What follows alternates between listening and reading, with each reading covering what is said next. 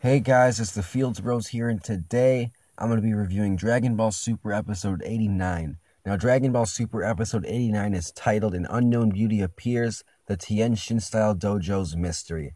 Now, the episode starts with Goku looking for the last two members of our team.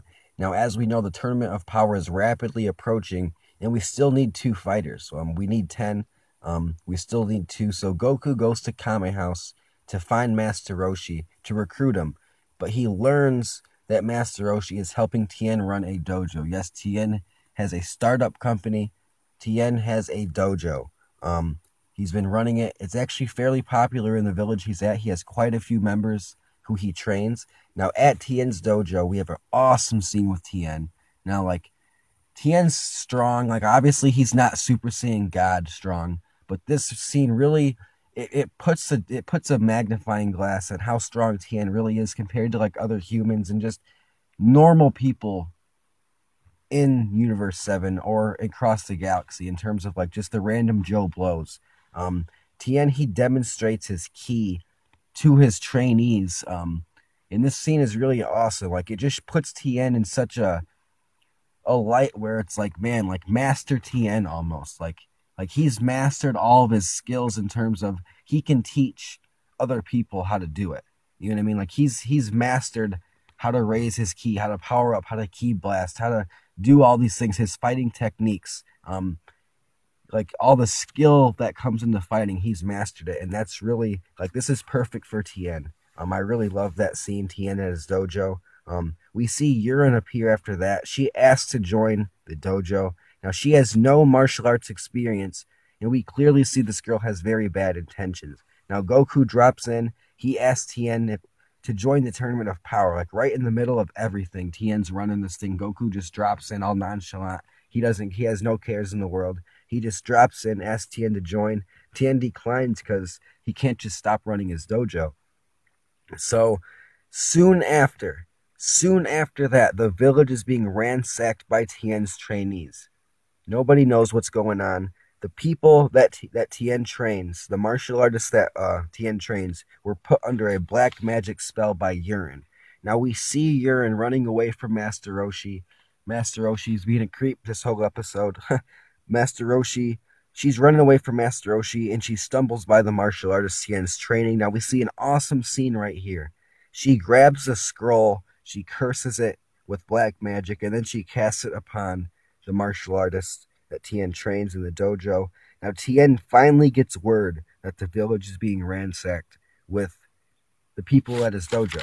Now, right here is the most interesting part of the episode by far. We get confirmation, two different characters, Kale and Caulifla.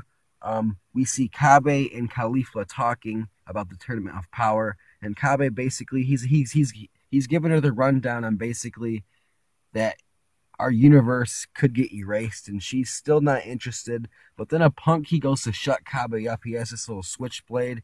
He draws it at Cabba. As soon as he gets close, bam! Super Saiyan from Cabba. The aura blows the guy back immediately. The guy gets fucking destroyed. And right after that, it shows Kale.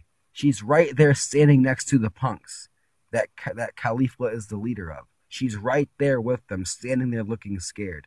She's standing right there. She's looking scared. So Cabba convinces Caulifla that she can go higher. Why is she content being a leader of a group of punks when she could get stronger and he can show her and teach her Super Saiyan? So he's piqued her interest, and she will fight with Universe 6 at the Tournament of Power. There was no interaction between Cabba and Kale this episode. There was no dialogue between the two, but she was right there. So that squashes the rumors of her being from Universe 11 and all the promotional material with her being with the Pride Troopers and all that. It's confirmed. We see her in Universe 6 with Cabba, Caulifla, and Kale. So we see that. So Goku, Tien, Master Roshi, and Chaozu get to the village, and they see Yurrin on top of a building. Now, people know it's her. The people of the village know that it's not Tien's dojo that's bad and corrupt. There's something unusual going on. And keep in mind, buildings are smashed. Half the town is tore up. And we get a weird scene where Yurrin calls Tien, she calls him this name, and Tien has a flashback from when he says, "You were at Crane School with us." And it shows us a scene at Crane School with Tien walking away, and there's this little girl who appears to be Yurrin. We know now it's Yurrin, yelling for him, "Why are you ignoring me? Like, come back to me. Like, I want to play," or like, "I want to fight," something like that. "Quit ignoring me." And he just kept walking with Chaozu, and apparently this is revenge. She called him a three-eyed baldy. So buildings are smashed, half the town is tore up, and Master Roshi says to remove the scroll from the people who are under the spell. You have to remove the scroll from their face to unbound them from the spell. And in the meantime, Master Roshi versus Yurrin, he's gonna go fight her. Now, Chaozu shoots a beam, a ki blast, to try to basically knock the scroll off their face, but there's no effect. A barrier comes up, there's no effect. And Yurrin actually says, "Why would you even try such a childish move?" So that doesn't work. So Goku steps in and he beers chops one of the guys under the spell, and he peels the scroll away. So it's easy for Goku, obviously. So Goku, Master Roshi, he goes down. Master Roshi goes down because of his obsession with her, Yurrin, and not focusing on the fight. We all know what Master Roshi's tendencies are. I'm not going to even get into it. So basically, right after that, Master Roshi, he goes down. Yurrin, she puts the spell under him, and now Master Roshi's under the spell, and now he's their fighter. So she gets Master Roshi under the spell. This is crazy. Now he fucks up Tien. He literally destroys Tien. Now Tien powers up. He grows 2 arms. Tien grows 2 arms out of his back. Some new technique that he's been working off screen. I've never seen it before. So Tien grows 2 arms. He goes to fly in, do a move, gets fucked up again. And Master Roshi, he gets huge. His muscles get huge. He powers up. He goes to fire a full power Kamehameha. Goku realizes, well, this is getting really intense. I better step in. He steps in. He blocks the Kamehameha. Goku steps in. Him and Master Roshi have an exchange. Master Roshi powers up even more, goes to full power. And Goku, he's loving this. Like, he wants to fight Master Roshi like this. He hints that Master Roshi has been training in secret this whole time. And basically, based on how strong Master Roshi is, like, Goku's still in his base form. But it was a very impressive fight. It was very entertaining. So Goku ends it. And actually, Tien ends up accepting Yurrin into his dojo after she apologizes to the town for what she did. And also, Tien accepts to join and fight in the Tournament of Power alongside Master Roshi, not only because he wants to fight, but the 10 million Zeni Goku offered would help fix the town and the damage done by what had happened in this episode. Now, the big part of the episode was Kale and Caulifla, how I mentioned earlier. We have potential for 2 female Super Saiyans.